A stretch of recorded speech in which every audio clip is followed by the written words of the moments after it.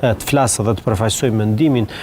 po flasë strukturës së LDK-s, por me sa e di unë ka një numër të konsiderueshëm të nënshkrimeve për cilat sigurisht se nuk dua të spekuloj, por një numër shumë i madh që kërkojnë shkarkimin e tij. Por këtë e fuqizon edhe në datën në fund janarit, kur u bë ai takimi, si ta quaj kongresa, konventa, nuk e di se si t'i them, dhe aty mori vetëm mos gabojmë 14 vota, kishte më shumë që i dhan mundësi për të vazhduar. Shto faktin sepse ishin mbi 20 që nuk morën pjesë fare nga këshilli nga delegatët, dhe unë konsideroj se tani në këtë radhë zoti Abdigjiku, dakord se unë nuk them se do duhet shkoj, duhet të jetë më i qartë në marrëveshjet që do të mund t'i bënte me lëvizjen, kreun e lëvizjes vetë vendosje, por aty shkohet me nënkryetar dhe me ekspert të partisë, nuk shkohet me një njeri e cila ka konkuruar në LDK, por domethënë ka dhënë dorëheqje,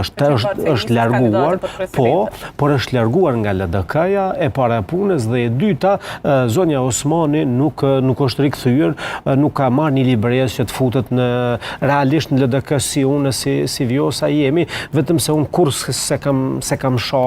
thënë kur me LDK-n. Prandaj në këtë pozicion ajo natyrisht se është vunë edhe aty pa dëshirë një pjesë shumë të madhe të LDK-s. Të bashkë zotë Kelmendi, se nuk është që e ke braktisur një LDK-n e rikthyer. Po jo, pra pikërisht këtu si jemi, thashë unë nuk jemi të barabartë, por në aspektin pa qenë struktura thashë jemi të barabartë në këtë kontekst. Pra nuk e di